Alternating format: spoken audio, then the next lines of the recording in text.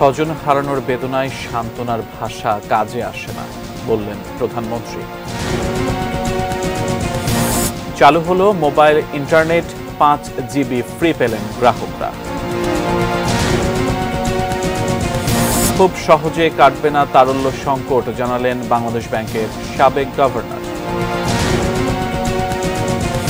ছাগলকাণ্ড, মতিউরের বিদেশের সম্পদের খোঁজে দুদক। হেপাটাইটিস বি ও সির সংক্রমণের সর্বোচ্চ ঝুঁকিতে Bangladesh.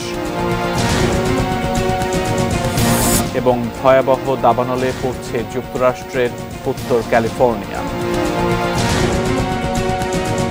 Sponsored by Abiba Finance Limited.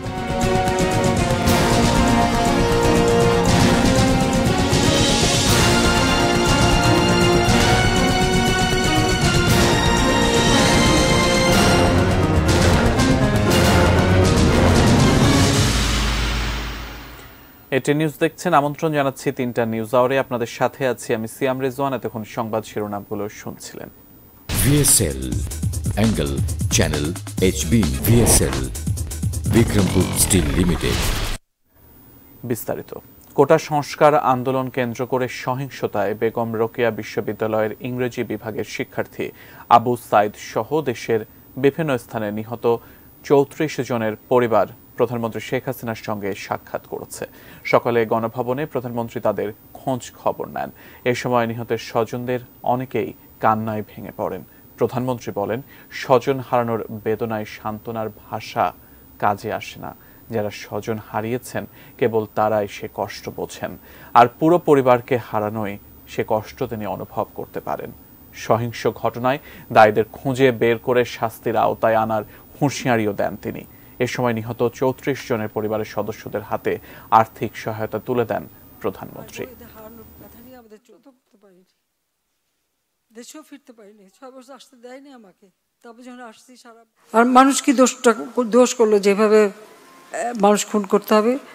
মানুষ খুন করে সরকার পতন, এটা কবে হয়, কখন হয়? সাধারণ মানুষ কি দোষ করেছে? আমি আসলে আপনাদেরকে আমি কি বলে সান্ত্বনা দেব? আমি খালি একটু বলবো যে আমি আপনাদের মতনই একজন বাবা মা ভাই হারানো সেই এতিম। কাজে আপনাদের কষ্ট আমি বুঝি, আমি আছি আপনাদের জন্য, আপনাদের পাশে। আর আমার চেষ্টা থাকবে যারা এই খুনের সঙ্গে জড়িত খুঁজে খুঁজে বের করে তারা অবশ্যই যেন শাস্তি পায়, সেটাই আমার প্রচেষ্টা থাকবে, সেটাই আমি করবো। আপনাদেরও সাহায্য চাই। টানা 10 দিন পর চালু হলো মোবাইলে 4G সেবা। 3 দিনের জন্য 5 জিবি বোনাসও দেওয়া হচ্ছে। ফেসবুক, টুইটারের মতো সোশ্যাল মিডিয়ার ব্যাপারে সিদ্ধান্ত নিতে অ্যাপসগুলোকে চিঠি দিয়েছে বিটিআরসি। সকালে আগারগাঁওয়ে বিটিআরসি ভবনে এসব তথ্য জানান ডাক, টেলিযোগাযোগ ও তথ্য প্রযুক্তি প্রতিমন্ত্রী জুনায়েদ আহমেদ পলক। কারফিউর আগেই 17 জুলাই মধ্যরাত থেকে বন্ধ হয় 4G নেটওয়ার্ক এবং এতে দেশের মোবাইল ইন্টারনেট সেবাও বন্ধ হয়ে যায়। অবশেষে রবিবার সকালে আইসিটি প্রতিমন্ত্রী মোবাইল অপারেটর ও সরকারি কর্মকর্তাদের নিয়ে বসে সেবা ফেরানোর সিদ্ধান্ত জানান। 4Gতে যখন যুক্ত হবেন তখন মোবাইল ইন্টারনেট ব্যবহারকারী প্রত্যেক গ্রাহক 3 দিনের জন্য 5 জিবি বোনাস তারা ডেটা পাবেন। এই সময়টিতে বাংলাদেশ কখনোই ইন্টারনেট বিচ্ছিন্ন হয়নি, জানান প্রতিমন্ত্রী। বাংলাদেশ বিশ্ব থেকে সম্পূর্ণ বিচ্ছিন্ন থাকেনি, এক মুহূর্তের জন্যও না। এটা হচ্ছে প্রথম আমার পক্ষ থেকে অফিসিয়ালি এক্সপ্লেনেশন। দেশের অস্থির পরিস্থিতিতে সামাজিক যোগাযোগ মাধ্যমগুলোর ভূমিকা নিয়ে আপত্তি বিটিআরসির। শনিবার তাদের চিঠিও দেওয়া হয়েছে। প্রতিমন্ত্রী জানান, বিভিন্ন কন্টেন্ট মুছে দিতে বলা হলেও তারা সেটি করেনি, বরং আওয়ামী লীগের 50টি পেজ ব্লক করে দিয়েছে। সোশ্যাল মিডিয়াগুলো ব্যবহারের বিষয়ে সুস্পষ্ট সিদ্ধান্ত 31 জুলাই জানাবেন তারা। ফেসবুক, ইউটিউব এবং টিকটককে এবং সোশ্যাল মিডিয়া যারা পপুলার প্ল্যাটফর্ম আছে তাদেরকে আমরা একটা চিঠি দিয়েছি। বাংলাদেশের জন্য তারা ভিন্ন ধরনের পলিসি অ্যাপ্লাই করেছে, এই সকল উত্তর দেওয়ার জন্য আমরা 31 জুলাই আমরা এই সোশ্যাল মিডিয়া প্ল্যাটফর্মগুলোকে ঢাকায় এসে বিটিআরসিতে তাদেরকে লিখিত এবং মৌখিকভাবে জবাব এবং ব্যাখ্যা দেওয়ার জন্য আমরা অনুরোধ করেছি। গত 18 জুলাই রাত থেকে ব্রডব্যান্ড ইন্টারনেট সংযোগও বন্ধ ছিল। 5 দিন পর 23 জুলাই রাতে সীমিত পরিসরে অগ্রাধিকার ভিত্তিতে কিছু প্রতিষ্ঠানকে ইন্টারনেট সংযোগ দেওয়া হয়। পরদিন 24 জুলাই সারা দেশেই ব্রডব্যান্ড ইন্টারনেট চালু হয়, যদিও সেবা এখনো আগের মতো স্বাভাবিক নয়। মোটামুটি সরকারি বেসরকারি মিলিয়ে আমাদের ডাক, টেলিযোগাযোগ এবং আইসিটি সেক্টরের প্রায় 1000 কোটি টাকার উপরেই ক্ষতি হয়ে গেছে। Sajida Sweety, ATN news, Dhaka. ধীরে ধীরে স্বাভাবিক হতে শুরু করেছে জনজীবন। মঙ্গলবার পর্যন্ত অফিস সময় নির্ধারণ করা হয়েছে সকাল 9টা থেকে বিকেল 3টা পর্যন্ত।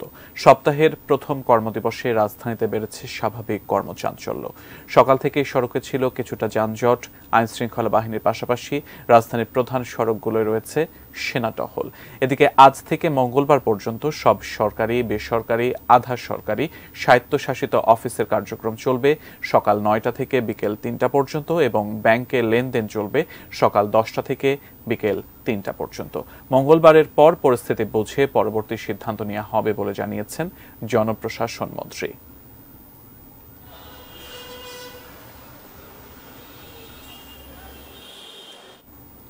সপ্তাহের প্রথম কর্মদিবসে আজ নোয়াখালীতে সকাল 6টা থেকে রাত 9টা পর্যন্ত 15 ঘন্টার জন্য কারফিউ শিথিল করা হয়েছে। জনজীবন অনেকটাই স্বাভাবিক। নোয়াখালী সুপার মার্কেটের সামনে থেকে বিস্তারিত জানিয়েছেন প্রতিনিধি ফয়জুল ইসলাম জাহান। সারা দেশের ন্যায় কারফিউর আজ 10ম দিন চলছে। আমি দাঁড়িয়ে আছি নোয়াখালী জেলা শহর মাইজদি সুপার মার্কেটের সামনে। সুপার মার্কেটটি হচ্ছে নোয়াখালী জেলা শহর মাইজদির অন্যতম একটি ব্যস্ততম ব্যবসায়িক কেন্দ্র। নোয়াখালীতে আজ 10ম দিনে সপ্তাহের প্রথম কর্মদিবসে কারফিউ 15 ঘন্টার জন্য শিথিল করা হয়েছে। সকাল 9টা থেকে রাত 10টা পর্যন্ত কারফিউ শিথিল থাকবে। নোয়াখালী জেলা প্রশাসক দেওয়ান মাহবুবুর রহমান আমাদেরকে জানান যে নোয়াখালীতে যে কোটা আন্দোলনকে ঘিরে যে অস্বাভাবিক পরিস্থিতি, প্রথম দিক থেকে নোয়াখালীতে কোটা আন্দোলনকে ঘিরে তেমন ধরনের কোনো সহিংস বা হতাহতের ঘটনা ঘটেনি। আমি সকাল থেকে নোয়াখালীর বিভিন্ন ব্যবসা বাণিজ্য, কাঁচা বাজার, ব্যাংক, সরকারি বেসরকারি অফিস আদালত ঘুরে যে বিষয়টা দেখতে পাচ্ছি যে নোয়াখালীতে জীবনযাত্রা অনেকটাই স্বাভাবিক হয়ে এসেছে। মানুষের যে এক ধরনের প্রথম দিকে যে এক ধরনের ভীতি আতঙ্ক ছিল সেটা অনেকটাই দূর হয়ে গেছে। সাধারণ মানুষেরও প্রত্যাশা খুব দ্রুত সময়ের মধ্যে কারফিউটি পুরোপুরি উঠে গেলে মানুষের জীবনযাত্রা আরও স্বাভাবিক হয়ে আসবে। এ হচ্ছে নোয়াখালী থেকে কারফিউ নিয়ে আমার কাছে সর্বশেষ। কোটা সংস্কার আন্দোলন ঘিরে হামলা, অগ্নিসংযোগ ও ভাঙচুরের ক্ষতচিহ্ন বয়ে বেড়াচ্ছে দেশের প্রাচীন শহর ময়মনসিংহ। সহিংসতায় মৃত্যু হচ্ছে 5 জনের। দুর্বৃত্তদের নাশকতার ক্ষতি অন্তত 5.5 কোটি টাকা। ময়মনসিংহ প্রতিনিধি আসাদুজ্জামান সুমনের তথ্য ছবিতে বিস্তারিত দেখুন ডেস্ক রিপোর্টে। ব্রহ্মপুত্র পাড়ের ঐতিহ্যবাহী নগরী ময়মনসিংহের বাতাসে এখনো পোড়া গন্ধ। কোটা সংস্কার আন্দোলনের সুযোগে ঢুকে পড়া সন্ত্রাসীদের তাণ্ডবে ক্ষতবিক্ষত শিল্প ও সংস্কৃতির এ নগরী। আন্দোলনের সহিংসতায় প্রাণ হারিয়েছেন 5 জন। দুর্বৃত্তরা পুড়িয়ে দেয় পুলিশের 2টি পিকআপ ভ্যান, এসিল্যান্ডের গাড়ি, পুলিশ বক্স। ব্যাপক ভাঙচুর চালানো হয় জেলা আওয়ামী লীগের কার্যালয়ে। স্বাধীন দেশে এমন সহিংস তাণ্ডবে হতবাক মানুষ। এমন বিচার করা চায় যাতে করে আর কোনোদিন কেউ এই সব সন্ত্রাসী কার্যকলাপে লিপ্ত না হয়। কেবল বিভাগীয় শহরটিতেই নয়, একদল দুর্বৃত্ত আগুন দেয় গৌরীপুরের তাল্লু স্পিনিং মিলে। ভাঙচুর হয় ফুলপুর উপজেলা আওয়ামী লীগের কার্যালয়ে। পরবর্তী সময়ে নাশকতার 15টি মামলা করেছে পুলিশ। যারা দুষ্কৃতকারী, যারা এইগুলোর সাথে জড়িত ছিল, আমাদের অভিযান তাদের বিরুদ্ধে। আমরা কিন্তু সাধারণ ছাত্র বা সাধারণ নাগরিকের নিরাপত্তার জন্যই কিন্তু পুলিশের এই কার্যক্রমগুলো। ক্ষয়ক্ষতি কাটিয়ে স্বাভাবিক অবস্থায় ফিরেছে শহর ময়মনসিংহ। তবে সন্ত্রাসী তাণ্ডবের এই ক্ষত ভুলতে সময় লাগবে জেলাবাসীর। তুনাজিনা তনু, ডেস্ক রিপোর্ট, এটিএন নিউজ। নগদ টাকার সংকটে বাণিজ্যিক ব্যাংকগুলো হাতে টাকা রাখার প্রবণতা সাধারণ মানুষের। পরিস্থিতি সামাল দিতে টাকা ধার দিচ্ছে বাংলাদেশ ব্যাংক। তবে বাংলাদেশ ব্যাংকের সাবেক গভর্নর ডক্টর সালেউদ্দিন আহমেদ মনে করেন এই তারল্য সংকট সহজেই মিটবে না। বিস্তারিত জানাচ্ছেন মাহাদি সেকান্দার। কোটা সংস্কার আন্দোলনকে কেন্দ্র করে উত্তাল দেশে টানা 5 দিন বন্ধ ছিল ব্যাংকসহ অর্থ লেনদেনের প্রায় সব মাধ্যম। টাকা না থাকায় বন্ধ ছিল বেশিরভাগ এটিএম বুথও। ফলে ব্যাংকের টাকা থাকা সত্ত্বেও নগদ অর্থের সংকটে পড়ে দেশের মানুষ। এ অবস্থায় ব্যাংক খোলায় বেড়েছে নগদ টাকার চাহিদা। ফলে তারল্য সংকটে ব্যাংকগুলো। সংকট মেটাতে বাণিজ্যিক ব্যাংকগুলো কেন্দ্রীয় ব্যাংক থেকে ধার করেছে 25,500 কোটি টাকারও বেশি। গ্রাহকদেরও নগদ টাকা তোলার যে একটা বিষয় সেটা এবং কেউ কেউ জমা দিচ্ছেনও, মূলত এই দিকেই গ্রাহকের আগ্রহ বা চাপটা বেশি। যেহেতু 3 দিন তুলতে পারেনি তারা টাকাটা, এখন হয়তো টাকা তোলার চাপ আমরা একটু বেশি পরিলক্ষিত করছি। অর্থনীতি বিশ্লেষকরা বলছেন ব্যাংক খাতে আস্থাহীনতার কারণেই মানুষের নগদ টাকা তোলার প্রবণতা বাড়ছে। এই আস্থা যদি নষ্ট হয়ে যায় তাহলে ব্যাংকিং ব্যবসা চলবে। সুতরাং এই আস্থা নষ্ট হচ্ছে তো আন্দোলনের বহু আগে থেকেই। ইনকারেক্ট ব্যাংকিং পলিসির জন্য আমাদের এই ব্যাংকের প্রতি মানুষের আস্থা নষ্ট হয়ে গেছে। ব্যাংক যে একটা নিরাপদ জায়গা, এখান থেকে টাকা পয়সা রাখা কোনোভাবেই অনিরাপদ না, এই কনসেপ্টই তো নেই মানুষের। ডক্টর সালেউদ্দিন আহমেদের মতে ইন্টারনেট বন্ধ থাকায় বেড়েছে নগদ টাকার চাহিদা, এতে বাড়বে তারল্য সংকটও। বাংলাদেশ ব্যাংক যেটা করেছে যে ব্যাংকের যে ক্যাশ টাকা দিচ্ছে, কিন্তু এটা মোটেও কিন্তু একটা খুব ভালো বিষয় না। লিকুইডিটি প্রবলেম হবে এবং ব্যাংকের লিকুইডিটি না থাকলে ব্যাংক তো ওইদিকে লোনও দিতে পারবে না, অন্যান্য সেবাও দিতে পারে। আর বাংলাদেশ ব্যাংকের উপর ডিপেন্ড করে বা অর্থায়নের উপর রিফাইন্যান্সিং বাংলাদেশের ক্যাশের উপর ডিপেন্ড করলে একটা ব্যাংক চলবে না।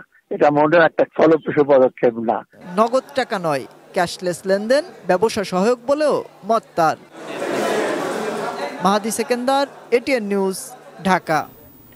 ছাগলকাণ্ডে আলোচিত সমালোচিত এনবিআরের সাবেক কর্মকর্তা মতিউর রহমানের বিদেশের সম্পদের খোঁজ শুরু করেছে দুর্নীতি দমন কমিশন দুদক। সহায়তা নেওয়া হচ্ছে বাংলাদেশ ব্যাংকের আর্থিক গোয়েন্দা ইউনিট BFIEU এর। এরই মধ্যে মতিউর এবং তার পরিবারের দেশে থাকা সম্পদ জব্দের কাজ শুরু হয়েছে। বিস্তারিত জানাচ্ছেন তাওহিদ সৌরভ। কোরবানির ঈদের সময় ছেলে ইফাত 15 লাখ টাকা ছাগল কিনতে গিয়ে সামনে আসে বাবা মতিউরের সম্পদের বিষয়। আলোচনায় আসে এনবিআর এর সাবেক কর্মকর্তা ডক্টর মতিউর রহমানের বিপুল সম্পদ। অনুসন্ধানে নামে দুদক। এরই মধ্যে মতিউর এবং তার 2 স্ত্রী ও সন্তানদের দেশে থাকা বিপুল পরিমাণ সম্পদের খোঁজ পেয়েছে দুদক। অবরুদ্ধ করা হয়েছে বরিশাল, গাজীপুর, টঙ্গী এবং ঢাকার জমি আর পার্ক। জব্দ করা হয়েছে মতিউর ও তার পরিবারের শতাধিক ব্যাংক আর বিও হিসাব। তারা পালাতে পারেন এমন সন্দেহে বিদেশ যাত্রাও দেওয়া হয়েছে নিষেধাজ্ঞা।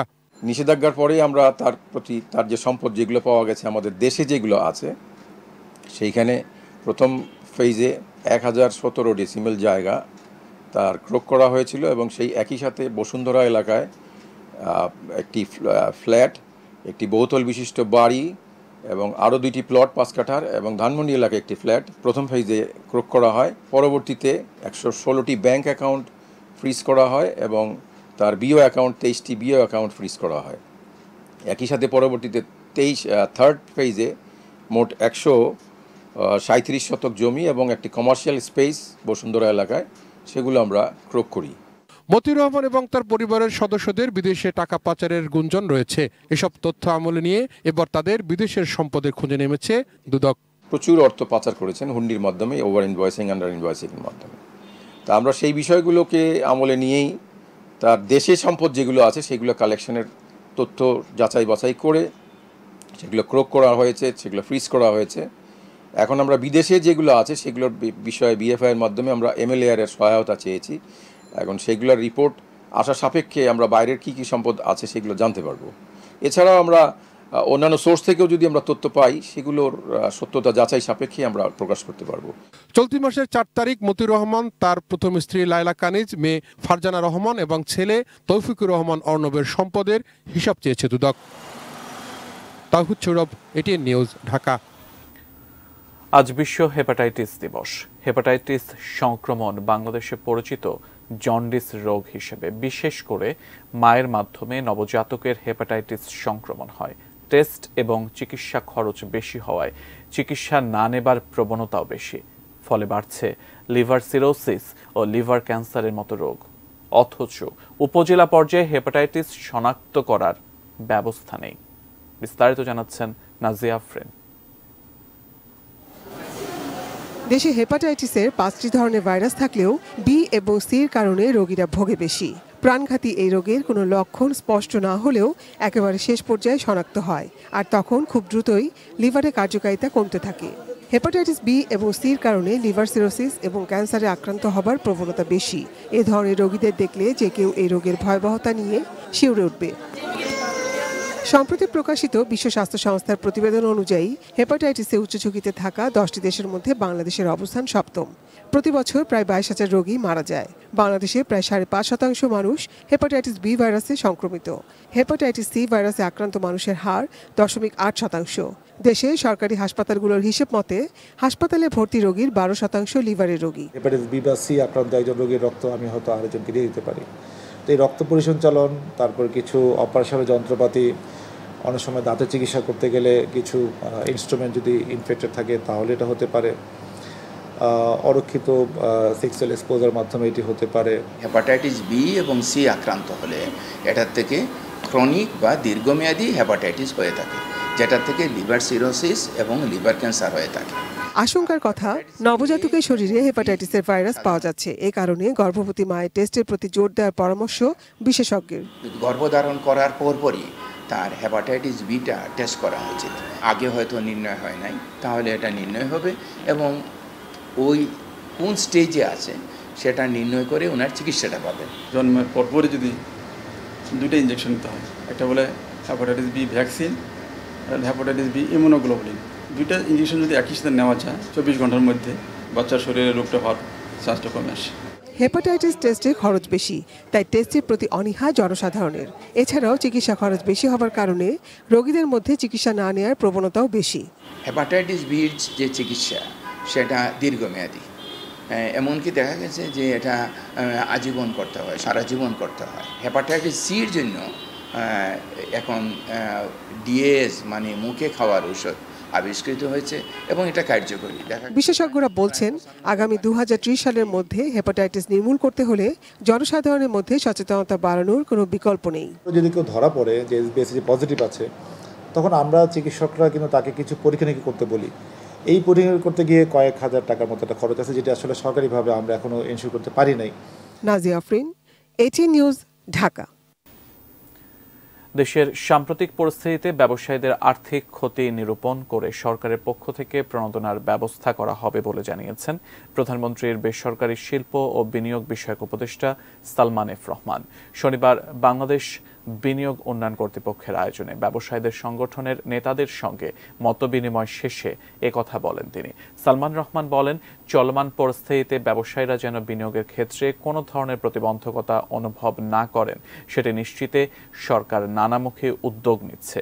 এ সময় ব্যবসায়ীদের পক্ষ থেকে বিভিন্ন সমস্যার কথা তুলে ধরা হয়, বিশেষ করে ব্যাংকের আর্থিক সহায়তা, বিদ্যুৎ ও গ্যাস সমস্যা, আইসিটি সেক্টর ও এনবিআর এর সাথে স্বার্থ সংশ্লিষ্ট বিষয় চিহ্নিত করে সমস্যা সমাধানে সরকারের পক্ষ থেকে আশ্বাস দেওয়া হয়। ব্যবসায়ীরা সরকারের পাশে আছে উল্লেখ করে সালমান এফ রহমান বলেন, সরকারও ব্যবসায়ীদের পাশে আছে। প্রধানমন্ত্রী বলে দিয়েছেন, আমাকে নির্দেশ দিয়েছেন, উনি বলেছেন যে সব ব্যবসায়ীদের সাথে বসে ওনাদের সমস্যা সম্বন্ধে জেনে আমরা কিন্তু সরকার তরফ থেকে আমরা ডেফিনেটলি ব্যবসায়ী যে ঠিক যেমনি ব্যবসায়ীরা আমাদের পাশে দাঁড়াইছেন, আমরাও কিন্তু ব্যবসায়ীর পাশে দাঁড়াবো। ওনাদের যা যা সমস্যা আছে তা আমরা সমাধান করব। ব্রাহ্মণবাড়িয়ার নবীনগরে 2 সন্তান সহ স্বামী স্ত্রীর রহস্যজনক মৃত্যু হয়েছে। পৌর এলাকায় বিজয়পাড়ার নিজ বাড়িতে শনিবার রাতের কোনো এক সময় তাদের মৃত্যু হয়েছে বলে ধারণা করা হচ্ছে। সকালে পুলিশ তাদের মৃতদেহ উদ্ধার করে। নিহতরা হলেন বিজয়পাড়া গ্রামের ব্যবসায়ী সোহাগ মিয়া, স্ত্রী জান্নাত এবং 2 মেয়ে, 4 বছর বয়সী ফাহিমা ও 2 বছর বয়সী তাহমিদা। প্রতিবেশীরা জানান, সকালে বাড়িতে লোকজনের সাড়া না পেয়ে খোঁজ নিলে ঘরের ভেতর পরিবারের সবার মৃতদেহ দেখতে পান তারা। পরে পুলিশ এসে মৃতদেহ উদ্ধার করে। নবীনগর থানার ওসি মাহবুব আলম জানান, তারা আত্মহত্যা করেছে বলে প্রাথমিকভাবে মনে হচ্ছে। পারিবারিক কলহ থেকে ঘটনাটি ঘটে থাকতে পারে বলে জানিয়েছেন ব্রাহ্মণবাড়িয়ার পুলিশ সুপার মোহাম্মদ সাখাওয়াত হোসেন। তবে এর পেছনে অন্য কোনো কারণ আছে কিনা খতিয়ে দেখছে পুলিশ।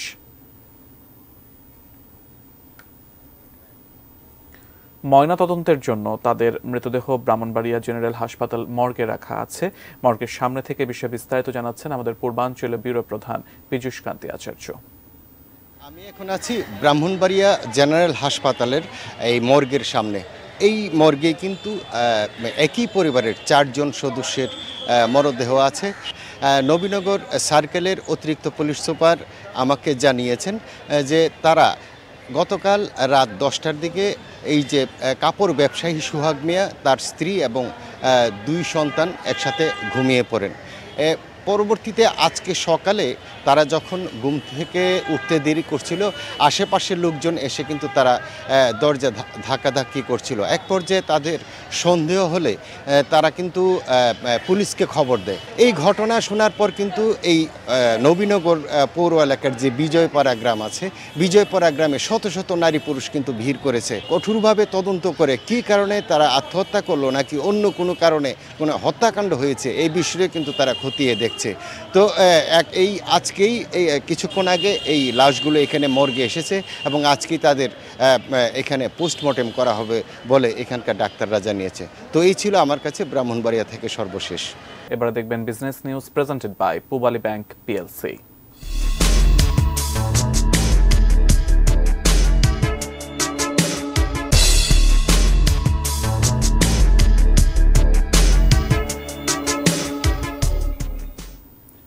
ব্রাহ্মণবাড়িয়ায় আশুগঞ্জে নির্মিত হচ্ছে দক্ষিণ এশিয়ার সবচেয়ে দীর্ঘমেয়াদী খাদ্যশস্য সংরক্ষণাগার। তবে নানা সংকটে 2 বছরের প্রকল্পটি শেষ হয়নি 6 বছরেও। প্রকল্প সংশ্লিষ্টরা অবশ্য বলছেন আগামী ডিসেম্বরেই শেষ হবে নির্মাণ কাজ। শঙ্কর দাসের ক্যামেরায় বিস্তারিত পূর্বাঞ্চলীয় ব্যুরো প্রধান পীযূষ কান্তি আচার্যের রিপোর্টে।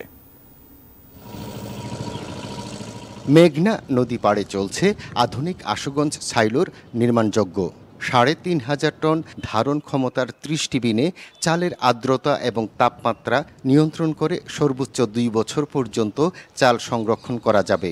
সে কারণে এটিকে দক্ষিণ এশিয়ার সবচেয়ে দীর্ঘমেয়াদী খাদ্যশস্য সংরক্ষণাগার বলা হচ্ছে। 2018 সালে ঠিকাদারি প্রতিষ্ঠান তমা কনস্ট্রাকশন অ্যান্ড কোম্পানি লিমিটেডের সাথে চুক্তি করে খাদ্য অধিদপ্তর। নির্মাণ ব্যয় 540 কোটি টাকা।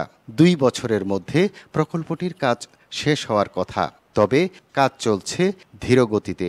ফলে 4র্থ দফায় বাড়ানো মেয়াদেও প্রকল্পের কাজ শেষ হওয়া নিয়ে রয়েছে শঙ্কা। বিলম্বের কারণ হিসেবে বলা হচ্ছে করোনার কারণে প্রয়োজনীয় যন্ত্রাংশ যথাসময়ে আমদানি করা যায়নি, আসতে পারেননি বিদেশি পরামর্শকরাও। এরপর নির্মাণ সামগ্রীর দাম বেড়ে যাওয়ায় ধীরগতি নেমে আসে প্রকল্পের কাজে। তবে সকল জটিলতা মিটে যাওয়ায় আগামী ডিসেম্বরেই নির্মাণ কাজ সম্পন্ন হবে বলে আশা। আমরা এখানে বর্তমানে ফুল ফ্লোতে কাজ চলতেছে আমাদের, ইনশাল্লাহ আমরা ডিসেম্বরে শেষ করে ফেলবো। মাঝখানে প্যান্ডেমিকের পরে আমাদের বিভিন্ন রকম বিলম্ব ছিল, সেগুলো আমরা ওভারকাম করে ফেলেছি। সময়টা ডিসেম্বর পর্যন্ত আছে, ডিসেম্বরের ভিতরে হয়ে যাবে আসলে। আগামী ডিসেম্বরে সাইলোটি চালু করার লক্ষ্যে দ্রুত নির্মাণ শেষ করার জন্য ঠিকাদারি প্রতিষ্ঠানকে চাপে রাখা হচ্ছে বলে জানিয়েছেন খাদ্যমন্ত্রী। টেন্ডার আছে তখন থেকে তাদের কাছে 3টা ছিল, এটা আমাদের অনেক আগে। তার মধ্যে তারা 2টা অলরেডি ডেলিভারি দিয়ে দিচ্ছে। এখন এটাই বাকি আছে, সর্বশক্তি দিয়ে এটা কমপ্লিট করবে, আর না হলে ওয়ার্ল্ড ব্যাংক থেকে তাদের টাকা বন্ধ হয়ে যাবে, আমাদের টাকাও বন্ধ হয়ে যাবে। আশুগঞ্জ সাইলো চালু হলে পুষ্টিগুণ অটুট রেখে দীর্ঘ সময় চাল সংরক্ষণ করা যাবে। পীযূষ কান্তি আচার্য, এটিএন নিউজ, আশুগঞ্জ, ব্রাহ্মণবাড়িয়া। এবার মেটাল প্রেজেন্টস কৃষি সংবাদ, সুজলা সুফলা।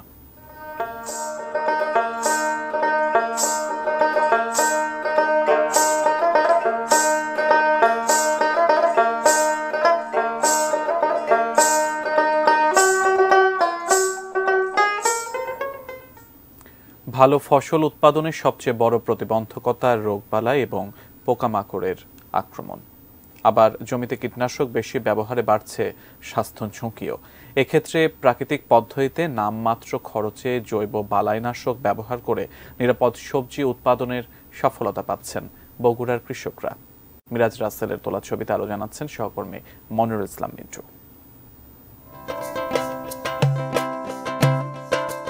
বগুড়ার মাটিডালি এলাকার নারী কৃষক বিথি আক্তার।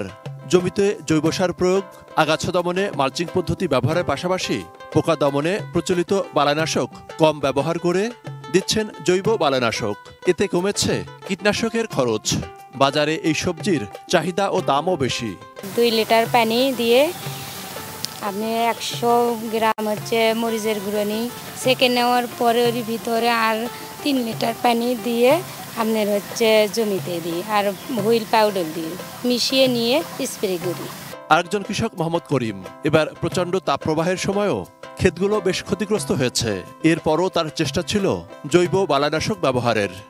পোকা সেরও উপকার, খালি লেপে ধরে থাকে, ঝাড়িয়ে উপকার হয়, অনেক পোকা কমে যাচ্ছে, দমরা হয়। শুধু বিথি আক্তার কিংবা মোহাম্মদ করিম নন, রাসায়নিক সার ও কীটনাশক কম ব্যবহার করে নিরাপদ সবজি চাষে আগ্রহী হচ্ছেন বগুড়ার কৃষকরা। পোকা দমনে সহজ পদ্ধতি হিসেবে প্রশিক্ষণ দেওয়া হয় জমিতে কিভাবে পাততে হবে ফেরেমন ফাঁদ।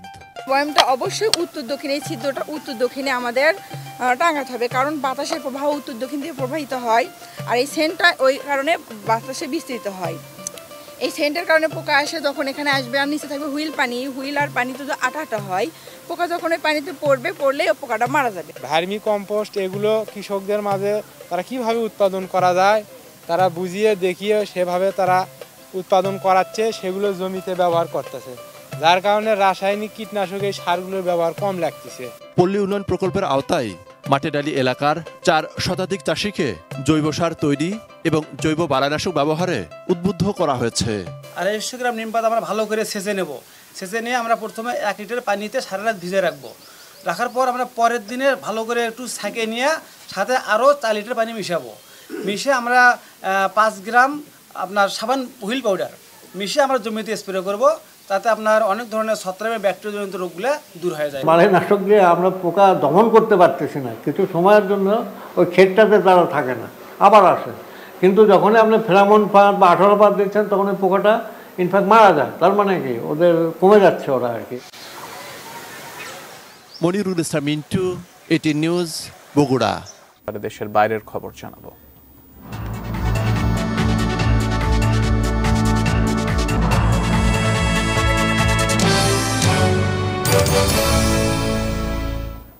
একে অপরকে দোষারোপ করে কথার লড়াইয়ে নেমেছেন মার্কিন প্রেসিডেন্ট নির্বাচনে ডেমোক্র্যাট প্রার্থী কমলা হ্যারিস ও রিপাবলিকান প্রার্থী ডোনাল্ড ট্রাম্প। নির্বাচনী প্রচারের অংশ হিসেবে শনিবার কমলা হ্যারিস বক্তব্য দেন ম্যাসাচুসেটস নির্বাচনী তহবিল জোগাড়ের অনুষ্ঠানে। নিজেকে আন্ডারডগ বা অপেক্ষাকৃত দুর্বল উল্লেখ করে কমলা হ্যারিস বলেন, জনগণই তাঁর প্রচারের শক্তি। স্বীকার করেন ট্রাম্পকে হারাতে যথেষ্ট চড়াই উতরাই পার হতে হবে তাঁকে। কমলা হ্যারিস অভিযোগ করেন তাঁর কর্মকাণ্ড সম্পর্কে ট্রাম্প কিছু বেপরোয়া মিথ্যার আশ্রয় নিচ্ছেন। একদিন মিনেসোটার সেন্ট ক্লাউডে আয়োজিত সমাবেশে অংশ নেন রিপাবলিকান প্রেসিডেন্ট প্রার্থী ডোনাল্ড ট্রাম্প। প্রতিদ্বন্দ্বী কমলা হ্যারিসকে অসৎ ও মানসিকভাবে অসুস্থ বলে গালি দেন তিনি। এবার ইস্পাহানি স্পোর্টস নিউজ।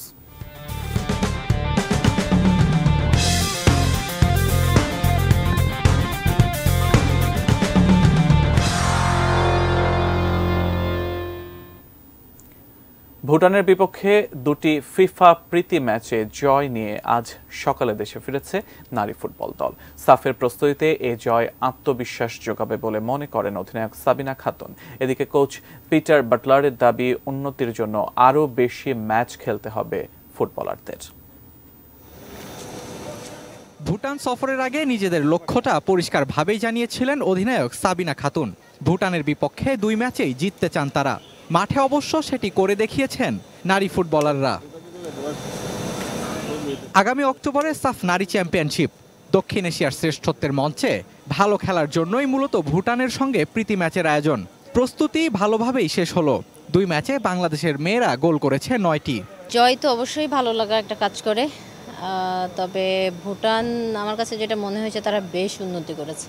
আমাদের অনেক নতুন প্লেয়ার আছে, সাথে সিনিয়র প্লেয়ার, সবকিছু মিলিয়ে মোটামুটি একটা ভালো ট্যুর হয়েছে। সফরে বেশ কজন গুরুত্বপূর্ণ খেলোয়াড়ের অনুপস্থিতি ছিল, সেখানে সুযোগ পেয়েছেন নতুন কয়েকজন। অভিজ্ঞদের সঙ্গে নতুনদের যাচাই করে নেওয়ার মঞ্চে আপাতত সফল কোচ। তৃষ্ণার অ্যাবসেন্স তো অবশ্যই আছে, কারণ তার লাস্ট সাফে যে কন্ট্রিবিউশন ছিল সেটা হচ্ছে দুর্দান্ত। ভুটান বলে হয়তো খুব একটা ডিফিকাল্টি হয়নি, বাট আরও স্ট্রং টিমের সাথে যখন খেলা হবে তখন তো আমাদের এই প্লেয়ারগুলোকে অবশ্যই দরকার।